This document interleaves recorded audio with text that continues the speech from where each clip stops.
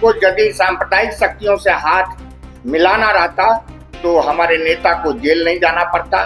तो शंका है, जिस तरह से के राजू जी का बयान आया है, के राजू जी का ही कई ग्रुप है, उसमें से एक ग्रुप के मिली भगत से लगता है ये खेला किया है। और आरजेडी कांग्रेस पार्टी पर आफत आई है, देश में हमारे नेता ने खड़ा होकर के बचाने का काम किया है। मैं जुबान खराब नहीं करना चाहता हूं, लेकिन नियंत्रण में रह करके कोई स्टेटमेंट देना चाहिए।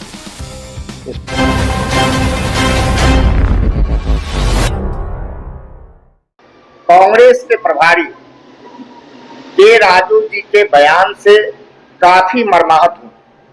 बिना सोचे समझे, बिना कोई पूछताछ किए इस तरह का अनर्गल बयान यदि दिए हैं तो निश्चित तौर से वो अपने गलती को छुपाने के लिए, अपने कमी को ढकने के लिए इस तरह का बयान देते हैं।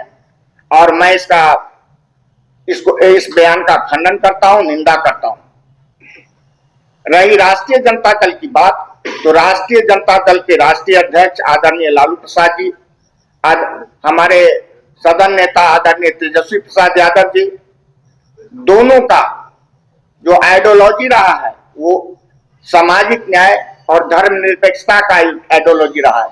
कभी भी उन्होंने सांप्रदायिक शक्ति से हाथ नहीं मिलाया। और जिस तरह का घिनौना आरोप के राजू जी लगाए हैं वो सरासर गलत है।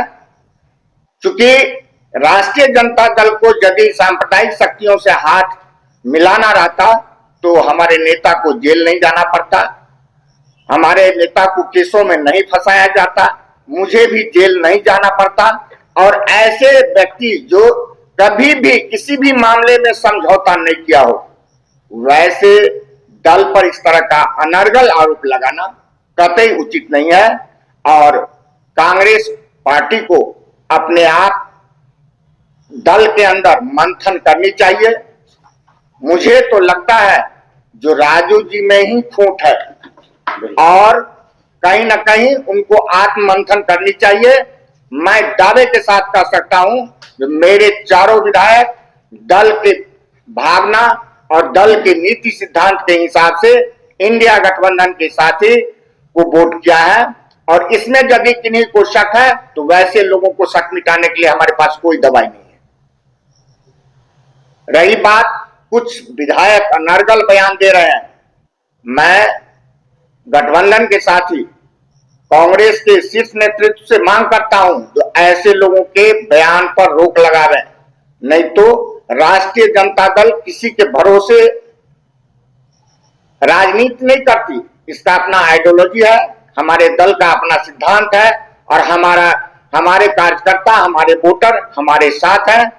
मैं हर परिस्थिति से मुकाबला करने के लिए हमारी दल तैयार है। रखे हैं इसमें, चूंकि के राजू जी का जो बयान आया है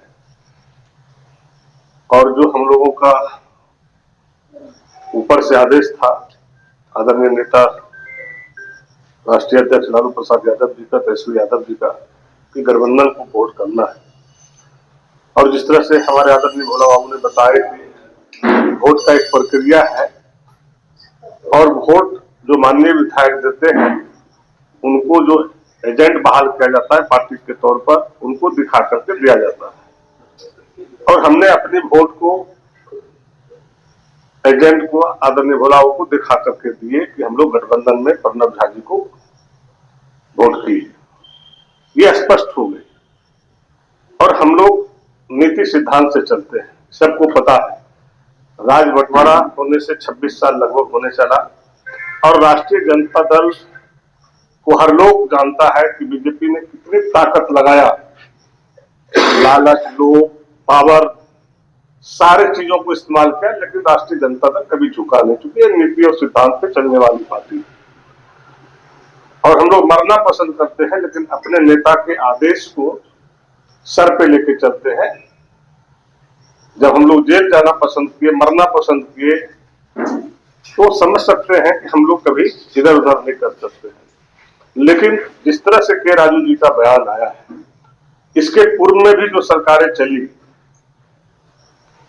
1.5 साल पहले, आप लोगों को पता है कि कौन कौन विधायक गठबंधन को तोड़ करके कहां कहां धराए और कहां कहां क्या किए, सारे मालूम, सभी लोगों को, पूरा देश दुनिया ने देखा। और हमें तो शंका है कि जिस तरह से के राजू जी का बयान आया है, के राजू जी का ही कई ग्रुप है, उसमें से एक ग्रुप के मिली भगत से लगता है ये खेला किया है और आरजेडी पर जो है ये मनगढ़ंत आरोप लगा रहा है। चूंकि अपने कुकर्म को कहां छिपाए, तो उस छिपाने के लिए तो किसी न किसी पे आरोप लगाएगा। तो हम लोगों ने स्पष्ट हर हमेशा किया हूं, जब भी मीटिंग हुआ, जहां भी कोई आदेश आया, हम लोग चारों चट्टानी एकता के तहत उसको फेस किए। और वोट देने के बाद इस तरह से कांग्रेस प्रभारी का बयान आना, इससे साफ जाहिर है और सारे लोग समझ रहा है, इसलिए कि आरजेडी ना कभी गद्दार रहा है और ना कभी गद्दार रहेगा। आरजेडी लड़ना पसंद करता है, जेल जाना पसंद करता है, मरना पसंद करता है, लेकिन राष्ट्रीय जनता दल के नीति सिद्धांतों से कोई समझौता करना नहीं चाहता। इसलिए करके इसका हम लोग पुरजोर खंडन करते हैं और के राजू जी को आत्म मंथन करने की जरूरत है कि उनके विधायक उनके नियंत्रण में है कि नहीं है, या उनको जो दिखाया, क्योंकि वही खुद एजेंट थे, या वो मेली कुश्ती किया बीजेपी के साथ की क्या किया, इसको खुद आत्ममंथन करना चाहिए और अपने कुकर्म को दबाने के लिए दूसरे पर आरोप नहीं लगाना चाहिए। धन्यवाद। बिहार से आए हमारे राष्ट्रीय महासचिव श्री भोला यादव जी और माननीय मंत्री संजय प्रसाद यादव जी, हमारे विधायक दल के नेता श्री सुरेश पासवान जी, माननीय विधायक श्री नीरज सिंह जी, हमारे पार्टी के संगठन के युवा के अध्यक्ष रंजन यादव जी और प्रवक्ता हमारे मनोज जी, और आप सब लोगों को बहुत बहुत धन्यवाद। आज जो ये पीसी बुलाई गई है, हमारे नेता राष्ट्रीय महासचिव जी ने स्पष्ट कहा है, और हम लोग देखिए अपने नेता के प्रति उत्तरदायी। नेता का बार बार कल फोन आ रहा था कि वोट ठीक से जा रहा है कि नहीं जा रहा है, और हमने अपने नेता को दिखा करके चारों विधायक हम लोगों ने स्पष्ट वोट दिया। और जो कांग्रेस के बयान आ रहे हैं वह बड़ा ही चिंताजनक है। ये भविष्य की राजनीति के लिए, सेहत के लिए अच्छा नहीं है। इसको हम लोग कभी बर्दाश्त नहीं करेंगे।